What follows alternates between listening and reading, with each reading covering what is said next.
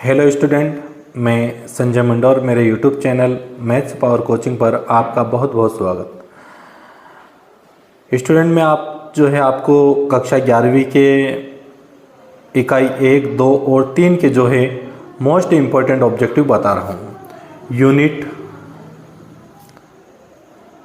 First, second और third 3 unit के most important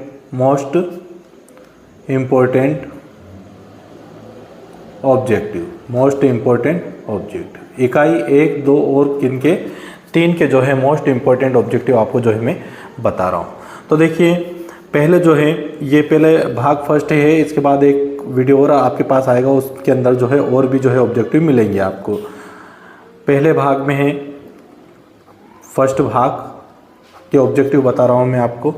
देखिए, पहला है कि शक्ति का विमीय सूत्र है। शक्ति का विमीय सूत्र होता है, तो शक्ति का विमीय सूत्र होता है ml² T⁻²। अब चाहे तो आप इसको निकाल सकते हैं कि शक्ति बराबर क्या होता है। तो शक्ति बराबर होता है कार्य बटे समय, और कार्य बराबर होता है बल गुणित दूरी। तो बल का विमीय सूत्र होता है ml⁻² इंटू दूरी का l। तो l और l का स्क्वायर हो जाता है, बटे में t ऊपर आता तो घात -3 हो जाती है। तो आप ये याद रख सकते हैं कि शक्ति का विमीय सूत्र कितना होता है ml² T⁻²। और स्टूडेंट मैं तो ये बोल रहा हूँ आपको कि विमीय सूत्र तो लगभग सभी राशियों के आपको याद होना चाहिए। और विमीय सूत्र देखिए, निकालने का तरीका मैंने एक वीडियो में बता रखा है, वो वीडियो आप देख सकते हैं। तो उस वीडियो में मैंने विमीय सूत्र कैसे निकालते हैं ये बताया था, मैंने समझाया था। तो आप वहाँ से विमीय सूत्र निकाल सकते हैं। ठीक है। अब यहाँ पर दूसरा ऑब्जेक्टिव है कि 3000 यहाँ पर दिया है, एक संख्या है, एक मान है हमारे पास 3000 में सार्थक अंकों की संख्या कितनी होती हैं। तो 3000 में सार्थक अंकों की संख्या होती हैं वो कितनी होती हैं? 1। क्योंकि इसमें यदि किसी संख्या के बाद 0 आता है तो वो सार्थक अंकों के अंदर नहीं गिना जाता है। तो सार्थक अंक केवल यहाँ पर है हमारे पास 3। तो सार्थक अंक 3 मतलब एक ही है, वो अकेला है। तो इसलिए सार्थक अंकों की संख्या कितनी हो गई? 1 हो गई।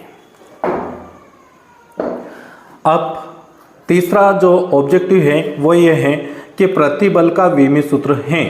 तो प्रतिबल बराबर होता है बल बटे क्षेत्रफल। प्रतिबल बराबर होता है बल बटे क्षेत्रफल।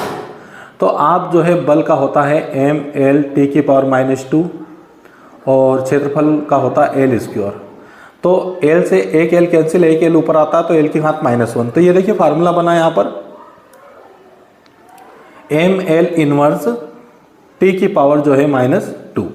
तो इसका विमीय सूत्र होता है, प्रतिबल का विमीय सूत्र होता है ml⁻² अब देखिए, चौथा ऑब्जेक्टिव है, 4th नंबर पर है कि गैस के अणुओं की गति होती है।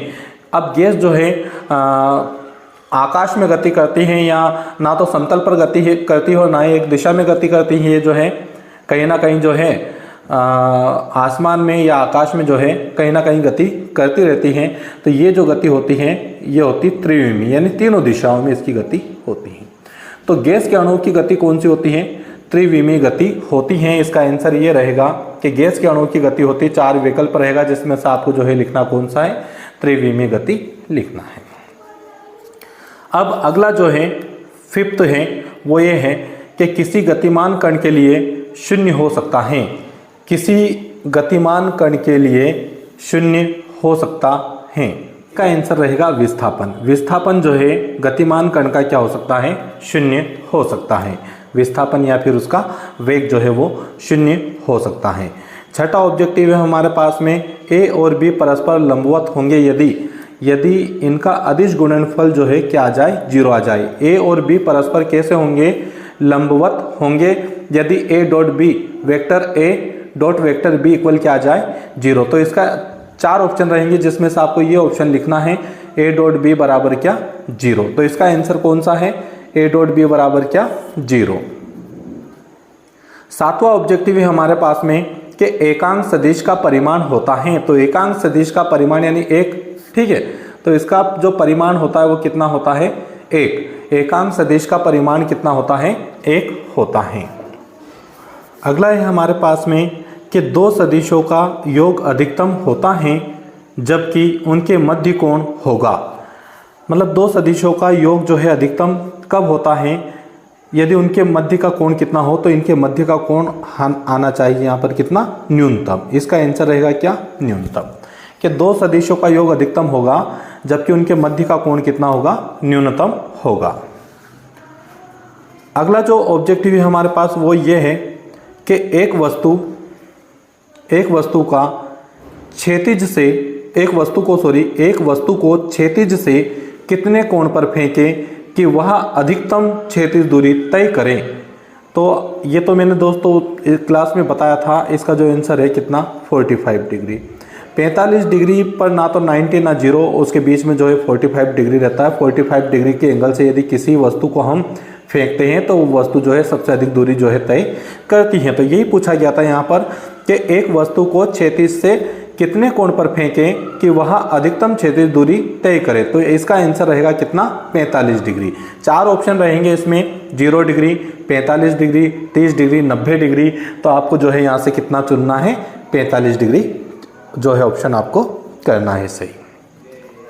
10वां ऑब्जेक्टिव है कि प्रक्षेप्य का पथ होता है। प्रक्षेप्य का पथ होता है, तो प्रक्षेप्य का पथ कैसा होता है, तो ये भी जो है मैं बता चुका हूँ आपको, परवलय के आकार का। तो प्रक्षेप्य का पथ कैसा होता है, परवलयाकार होता है। इसका आंसर क्या रहेगा, परवलयाकार।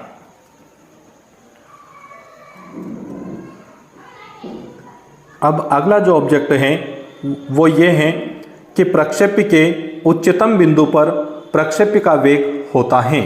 प्रक्षेप्य के उच्चतम बिंदु पर प्रक्षेप्य का वेग होता है। तो इसका या तो कम होता है या फिर शून्य होता है। इसका आंसर क्या रहेगा, कम। यदि उसके अंदर कम है तो कम और शून्य है तो शून्य। ठीक है। तो प्रक्षेप्य के उच्चतम बिंदु पर प्रक्षेप्य का वेग जो होता है, अंतिम बिंदु पर ऊपर वाली अधिकतम ऊंचाई पर बिंदु जो वेग रहता है वो क्या रहता है, कम होता है या फिर 0 के समथिंग होता है। चलिए अगला ऑब्जेक्टिव है हमारे पास में,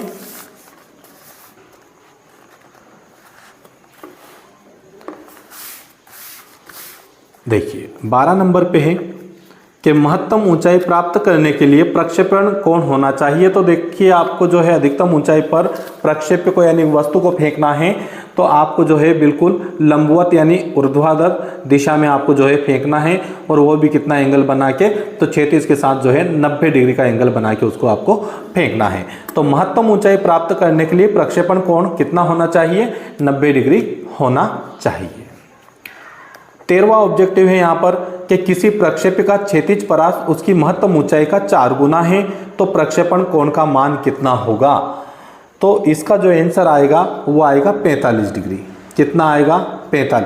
देखिए क्या होता है कि किसी प्रक्षेप्य का क्षैतिज परास का फार्मूला होता है u² sin 2θ बटे में जो है u² sin 2θ बटे g। उसकी महत्तम ऊंचाई का सूत्र होता है u² sin² θ बटे 2g। अब ये जो होता है कितना गुना होता है, 4 गुना होता है। क्या बताया गया है यहाँ देखिए कि प्रक्षेप्य का क्षैतिज परास उसकी महत्तम ऊंचाई का 4 गुना होता है। तो यहाँ क्या होता है, u वर्ग से u वर्ग कैंसिल हो जाता है और g से g कैंसिल होता है, और जब sin 2θ बटे sin² θ बटे 2 इसको हल करते हैं हम, वो अभी हल करने का इतना समय नहीं है मेरे पास, मैं जो है पूरा हल करके आपको बता दूंगा कि sin 2θ और बराबर में अब sin² θ बाई g 2 बचा हुआ है, इसको हल करते हैं। तो sin 2θ को लिख सकते हैं 2 sin θ cos θ, sin θ कैंसिल, इधर बचता है 2 और 2 और ये 4 ये कैंसिल हो जाता, तो इधर बचता है cos θ और इधर बचता sin θ। cos θ को sin θ के बटे में ले जाते हैं, साइन बटे कोस बराबर tan θ हो जाता है और tan θ बराबर 1 होता है, और 1 की जगह tan 45 लिखते हैं, 45 से 45 कैंसिल हो जाता है, θ बराबर θ बराबर 45 डिग्री इसका जो है आंसर आता है। तो ये जो इसका आंसर रहेगा कि किसी प्रक्षेप्य का क्षैतिज परास उसकी महत्तम ऊंचाई का 4 गुना है, तो प्रक्षेप्य कोण का मान कितना होगा, 45 डिग्री होगा। फिर 14 ऑब्जेक्टिव है हमारे पास कि रॉकेट नोदन आधारित हैं। तो ये आपको पता है कौन से सिद्धांत पर आधारित है, संवेग संरक्षण के सिद्धांत पर। किस पर? संवेग संरक्षण के सिद्धांत पर यह आधारित हैं। रॉकेट नोदन के सिद्धांत पर आधारित हैं, संवेग संरक्षण के सिद्धांत पर आधारित हैं। अब 15वां ऑब्जेक्टिव यह है कि निम्न में से कौन सा मात्रक बल का मात्रक नहीं है। देखिए इसमें 4 ऑप्शन दिए हैं अब हमारे पास में, इसमें भी सभी में 4 ऑप्शन मिलेंगे, लेकिन अब मैं आपको केवल आंसर बता रहा हूँ यहाँ पर। तो देखिए निम्न में से कौन सा मात्रक बल का मात्रक नहीं है। तो पहला न्यूटन, तो न्यूटन बल का मात्रक है। बी डाइन, तो डाइन जो है बल का मात्रक है। सी ग्राम भार भी जो है बल का मात्रक है। लेकिन डी जूल बल का मात्रक नहीं है, ये मात्रक होता है काय का? कार्य का। तो निम्न में से कौन सा मात्रक बल का नहीं है? तो कौन नहीं है? जूल। इसका आंसर क्या आएगा? जूल। अगला प्रश्न है हमारे पास में कि घर्षण बल कार्य करता है, सॉरी उसके पहले भी है 16 है हमारे पास कि संवेग परिवर्तन की दर बराबर होती है। तो संवेग परिवर्तन की दर जो है वो किसके बराबर होती है? तो इसका ऑप्शन 4 ऑप्शन में से आपको चूज करना है बल, कि संवेग में परिवर्तन की दर वस्तु पर लगाए गए बल की कैसी होती है? बराबर होती है।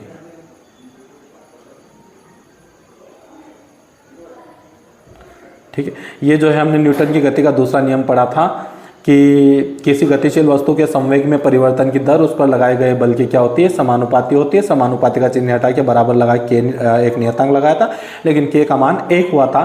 तो संवेग में परिवर्तन की दर किसके बराबर होगी? बल के बराबर होगी।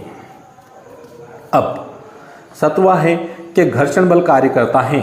तो ये कार्य करता है वस्तु की गति के विपरीत। घर्षण बल किधर कार्य करता है? तो 4 ऑप्शन मिलेंगे आपको, तो आपको चूज करना है वस्तु की गति के विपरीत। घर्षण बल कैसे कार्य करता है? वस्तु की गति के विपरीत ये कार्य करता है। अब लास्ट ऑब्जेक्टिव हमारे पास में 18वां है कि घर्षण कोण तथा विराम कोण में संबंध होता है। घर्षण कोण तथा विराम कोण में संबंध होता है।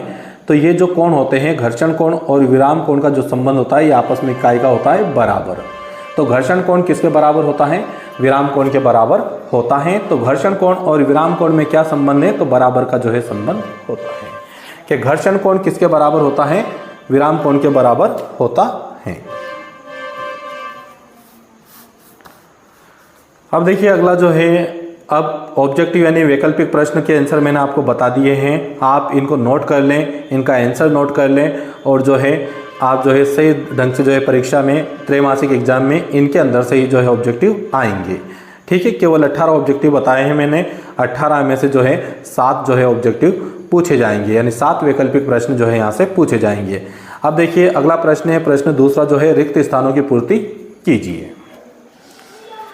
एक चंद्रशेखर सीमा रिक्त स्थान का मात्रक है, तो इसका आंसर आएगा द्रव्यमान। एक चंद्रशेखर सीमा किसका मात्रक है? तो रिक्त स्थान में आपको क्या भरना है? द्रव्यमान। एक चंद्रशेखर सीमा जो है द्रव्यमान का मात्रक है। दूसरा है कि पृथ्वी से सूर्य की औसत दूरी को, पृथ्वी से सूर्य की यानी पृथ्वी और सूर्य के बीच की जो दूरी है, औसत दूरी है, उसको क्या कहा जाता है? तो इसका जो आंसर है वो है एक खगोलीय मात्रक। क्या लिखेंगे आप यहाँ पर? एक खगोलीय, ये यहाँ लिख रहा हूँ मैं। इसका जो आंसर रहेगा वो क्या रहेगा? एक खगोलीय। किसका? दूसरे का। कि पृथ्वी से सूर्य की औसत दूरी को क्या कहा जाता है? एक खगोलीय मात्रक कहते हैं। पृथ्वी की सूर्य से औसत दूरी को क्या कहा जाता है? एक खगोलीय मात्रक कहते हैं।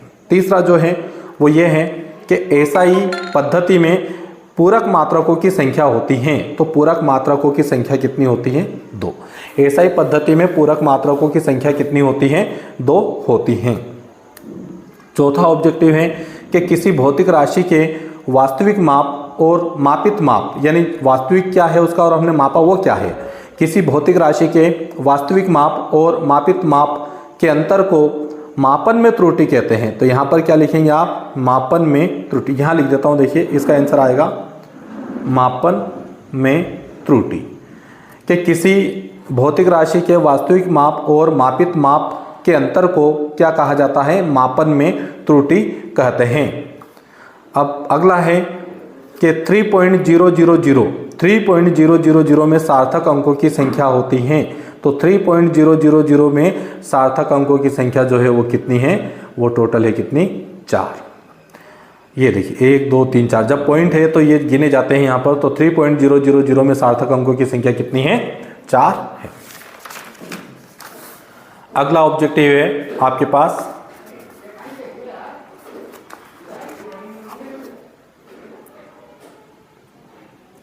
वेग परिवर्तन की दर को रिक्त स्थान कहते हैं।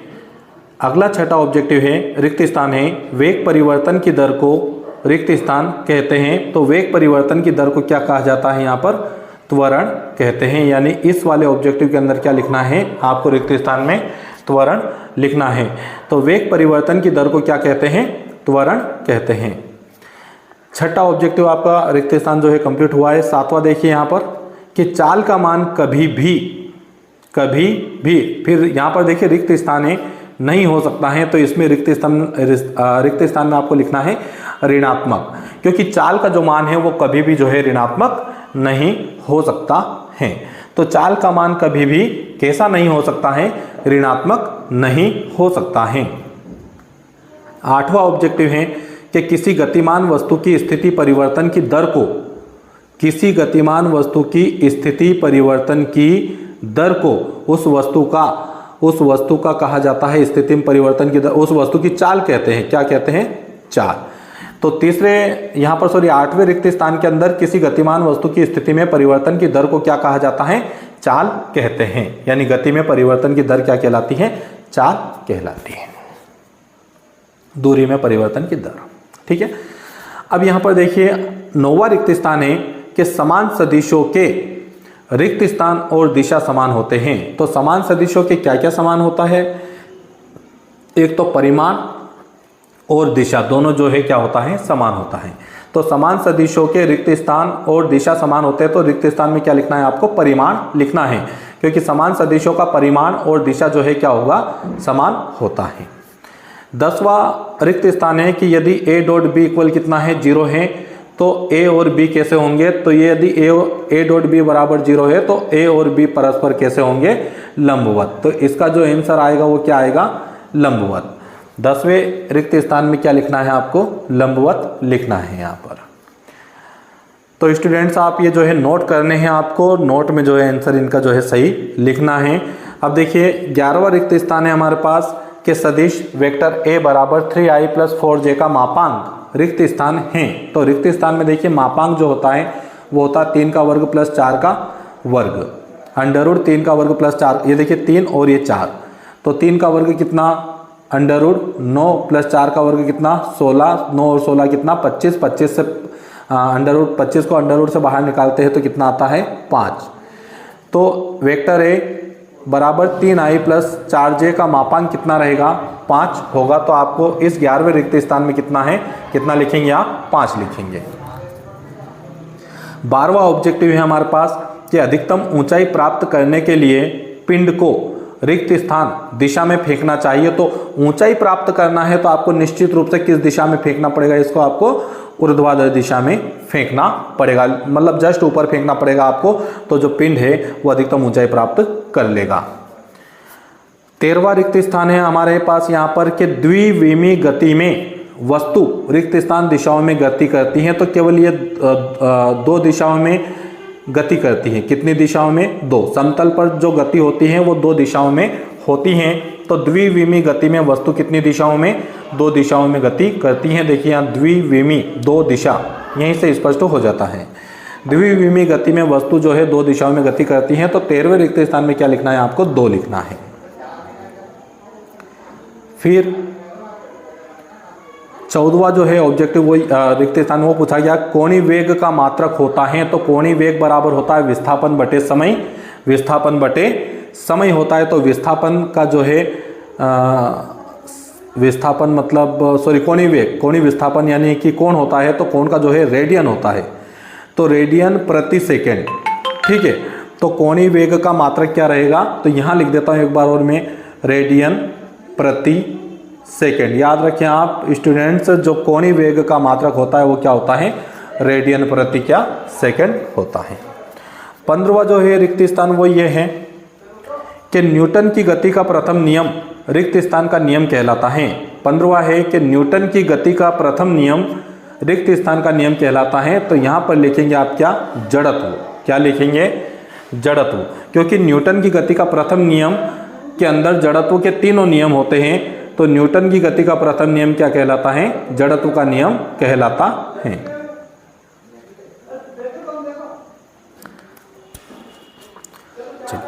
16वां रिक्त स्थान है कि बल का आवेग रिक्त स्थान के बराबर होता है। तो बल का आवेग जो है संवेग में परिवर्तन, संवेग में परिवर्तन के बराबर होता है। संवेग में परिवर्तन के बराबर होता है। तो बल का आवेग किसके बराबर होता है, संवेग में परिवर्तन के बराबर होता है। 17वां फिर देखिए आ चुका है वापस के रॉकेट नोदक पर आधारित है। तो आपको पता है किस सिद्धांत पर आधारित है, संवेग संरक्षण के सिद्धांत पर आधारित हैं। किस सिद्धांत पर आधारित है ये, संवेग संरक्षण के सिद्धांत पर आधारित हैं। 18वां रिक्त स्थान है कि प्रत्येक क्रिया के बराबर तथा विपरीत, यहाँ पर क्या लिखेंगे आप, विपरीत प्रतिक्रिया होती है। यहाँ लिख देता हूँ वापस में, विपरीत। इस रिक्त स्थान के अंदर क्या लिखना है आपको, विपरीत लिखना है कि प्रत्येक क्रिया के बराबर तथा विपरीत प्रतिक्रिया होती है। 19वां है यहाँ पर कि लोटनिक घर्षण का मान सर्पी घर्षण से, देखिए लोटनिक यानी कि लुढ़कना, लुढ़कना और सर्पी मतलब फिसलना, तो कम होता है बिल्कुल। तो लोटनिक घर्षण का मान जो है वो सर्पी घर्षण से क्या होता है, कम होता है। तो 19वें ऑब्जेक्ट रिक्त स्थान में आपको क्या लिखना है, कम लिखना है, कम। कि लोटनिक घर्षण का मान सर्पी घर्षण से कैसा होता है, कम होता है। 20वां जो है रिक्त स्थान वो है कि सीमांत घर्षण का मान रिक्त स्थान के अनुक्रमानुपाती होता। तो आपको पता ही होगा ये तो अभिलंब प्रतिक्रिया के, किसके, अभिलंब प्रतिक्रिया के, ठीक है। इसका यहाँ लिख देता हूँ मैं, ये देखिए अभिलंब प्रतिक्रिया। तो सीमांत घर्षण का मान जो है वो के अनुक्रमानुपाती होता है, रिक्त स्थान के अनुक्रमानुपाती होता है। तो किसके अनुक्रमानुपाती होता है, अभिलंब प्रतिक्रिया के अनुक्रमानुपाती होता है। अब लास्ट 21वां जो रिक्त स्थान है वो ये है कि घर्षण रिक्त स्थान बल है। घर्षण कौन सा बल है, तो घर्षण जो है कौन सा बल होता है, गति विरोधी बल होता है। तो घर्षण क्या है, घर्षण एक गति विरोधी बल है। तो देखिए यहाँ पर फ्रेंड्स लगभग जो है टोटल ऑब्जेक्टिव जो है लगभग देख लेते हैं हम कितने, तो 18 और 21 जो है लगभग 40 या 39 ऑब्जेक्टिव जो है कंप्लीट आपके हो गए हैं। बाकी के 40 ऑब्जेक्टिव और जो है अगले वीडियो में दे रहा हूँ मैं। तो इनमें से ही जो है आपका पेपर जो है त्रैमासिक एग्जाम में जो है पूछा जाएगा। और त्रैमासिक एग्जाम के लिए ये ऑब्जेक्टिव यदि आपने या कोई भी स्टूडेंट है किसी भी स्कूल का है ये कर लेता है तो त्रैमासिक एग्जाम में जो है यही ऑब्जेक्टिव पूछे जाएंगे। इसके अलावा कोई भी ऑब्जेक्टिव अतिरिक्त जो है बहुत कम संभावना रहती है, क्योंकि मोस्ट इम्पोर्टेंट ऑब्जेक्टिव यही है यहाँ पर, ठीक है। तो मैं अगला वीडियो जो है आपको बहुत जल्द जो है अवेलेबल करवा रहा हूँ।